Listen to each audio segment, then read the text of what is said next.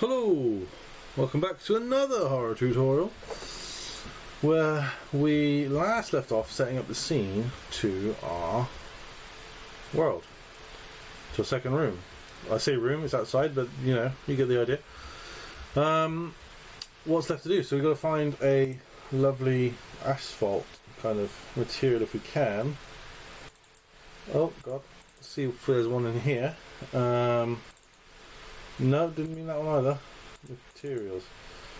You could go for a concrete, but I don't really want to do that. Let's try ground. Man-made? Aha, here we go, okay. Let's try... So let's click on the actual texture. Excuse me. Let's go for like asphalt 2, I guess. It's going to take a little while to compile shaders and stuff, but we should be able to just drag it straight in. There we go. Outside floor. That doesn't look bad actually. That's pretty good. I wonder if I can change the roughness though. It's a bit shiny for my liking, you know. Roughness max. So we've got a max, we've got a... What happens if I turn that off? Whoa, that got rid of the shine. Pretty darn good. So did that. Oh, okay. So that's kind of like if you wanted a bit of a wet look, I guess. But I really don't, if I'm honest. Or do I? Do I, don't I, do I, don't I? Let's put it back to 0.8. Let's see. Yeah, okay. No, 0.8 I said. 0.8. Yeah, I guess that's kind of cool. I wonder what happens if I put the minimum up though. Let's see what effect I get there. Okay. Fair enough. Right, well, that's going to mess around with. I don't want to do rotation or anything like that at the moment.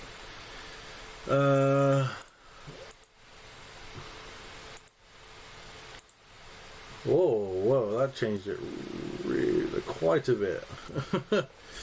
Just by saying it's metal, but it's not, obviously. Let's click play and see what it looks like when we're actually in first person mode. I actually really honestly can't see any difference. Yeah.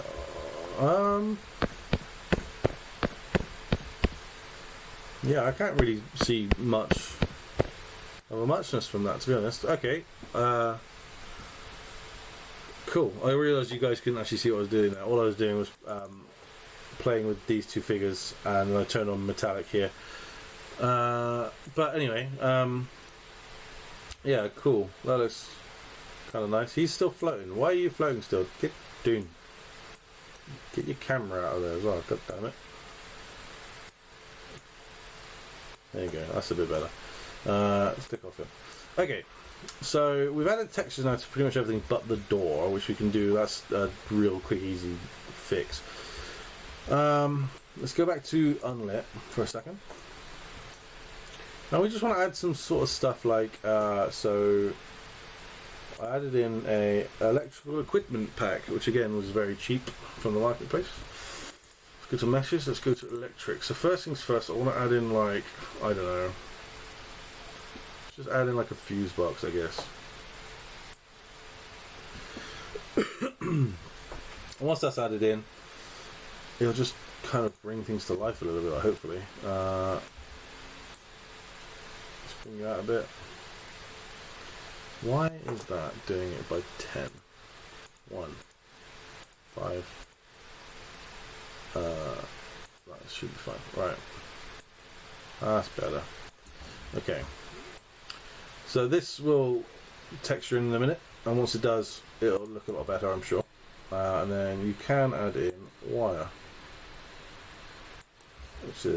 which will kind of just, again, it's not necessary. I mean, you don't need to add in the wire, but that was the wrong one. As was that. That's the one I wanted. Yeah, it's not like necessary to add wire into everything, but it just gives it that little bit of kind of realism to your world. So now that we've got the spotlight in there, and I am actually pretty happy with that spotlight. Let's see if we can find a light or a lamp that could go on the wall. Yeah, I think that's pretty good. It will need turning around. So do that on the 90. I think that's now facing the wrong way. Let's just check. Yeah, it is. So it needs to go to 270. 270. There we go. Right. And you can just kind of put, again, it's got this kind of cool, you don't need to mess too much around with it. As long as you kind of get it facing roughly the right way. And you could have your wire, if you wanted to, going into it. I'm not going to do that, if I'm honest.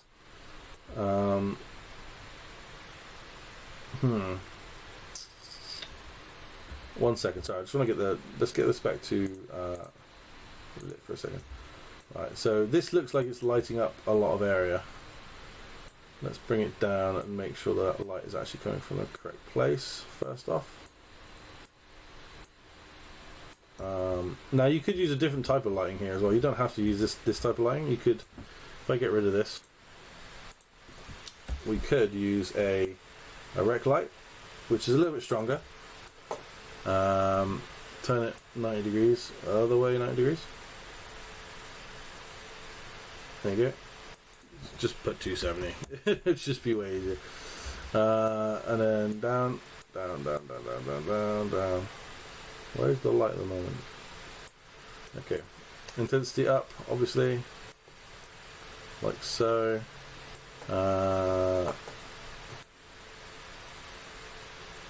Just change some of these values so they actually fit to the shape of the light. There we go. Barn door angle. So you can even have it that it's like a very specific kind of shape. So if you wanted to only have the light going directly in a specific section, you can do that. Absolutely, you can do that. If you wanted to change it, you can just, the angle it was coming down at, you can just change the rotation ever so slightly, like so. The only problem I have with this is it doesn't quite reach the end like the spotlight did, so I'm actually going to move it back to a spotlight. Only because it looks just a lot better, if I'm perfectly honest. And it's just, I want it to go directly out though, I'm thinking. So we'll put it up to 90, move it back. However I do that, there we go, that's how I do it. Bring it back to the actual light source. We're going to intensify this up again. You can move it back a bit more if you want to, but I want the light to sort of stop at the fence, just at the fence. You can even do the inner cone if you want to. It just kind of, it doesn't really do much, to be honest, in my opinion, but everyone's different. And then I want to bring that outer cone just to that fence, see what that looks like. I'll do it right there. Sorry, I just want to get into a good angle where I can see things a bit better. So the source radius is fine. I don't want to change that too much, but I will increase this to probably about 200. See what effect that's had on us. Not much. Let's go 500. That's a little bit better. Because it stops on that right way there. There's one thing we do need to do is change the cone angle slightly. The reason I'm doing this is because I want to be able to see that door, which is what we had last time. And for some reason I can't see it now. It's just kind of frustrating a little bit. Oh, right. So rotate it down a little bit more. Where is my door? Right, so there's the door. Right. Cone angle. Now let's bring it up a bit more. Can we see the end of that fence? Just, but not enough. That's what I'm hoping. God, he looks very scary in this light. Why is he going like that? At an angle, just bring it up a little bit more. Just a little bit more. Now let's just click play and see what happens. I just want to see what. So we can see the door perfectly fine. We need to add in the E bit to go back through, and we can see just the end here. We probably want to add in a light there as well, to be fair. And then we come to this gate, we want the action to happen. So we'll put in another trigger box here, so that when we get to this, automatically we don't have to press E or anything. Or we could have it that we press E to open the door and then the thing comes around. Whatever that might be. I like the look of this. It's quite a sharp light. I might just dull it a bit. Or I might add a temperature to it, actually, thinking about it. That's what I'm going to do. Use temperature. Bring it down a bit. So you get this kind of... I think 4,900s are pretty good. There you go. You feel it feels a bit more like... I don't want to say homely, but... I suppose that's kind of a good word. There you go. It feels a bit more natural, I guess. It doesn't feel so... bright in your face, and you can actually look at it and oh yeah, it looks pretty good actually. I'm kind of happy with that, and you get these sharp angles with the lights, which is good. Cool.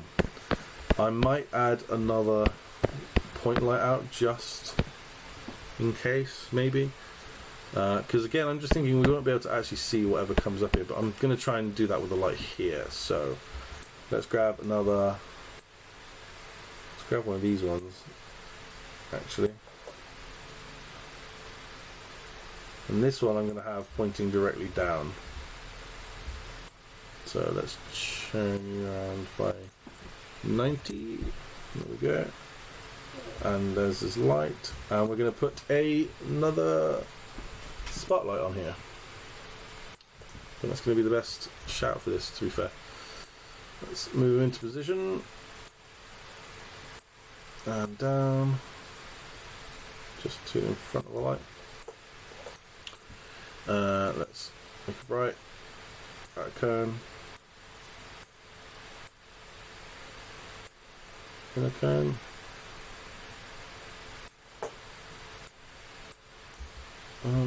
What is stopping that from hitting that light there? Oh, was that the light itself? I think it was. Maybe it needs to come down a bit more. Okay, now I don't want it to be too bright again. I'm going back and forth with what I'm saying here a lot, I know, but I just kind of want to rotate it ever so slightly. Not a lot, just enough to see if I can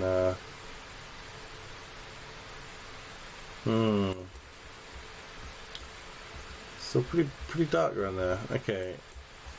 New plan, guys, new plan. We'll try a point light instead. That might work a bit better. Okay. Let's try and just brighten that up a little bit. Let's go to 50 for this. I don't think I want it too close to that wall. Oh, this just looks awful. This is the great thing about point lights as well, is that you can have a light on the wall that looks lit up, and it looks like that's what's actually lighting it up, and the point light's actually nowhere near it. The spotlight, it needs to kind of be coming from it, like that, having this sort of effect. I actually want that to come over a bit, thinking about it. Yeah.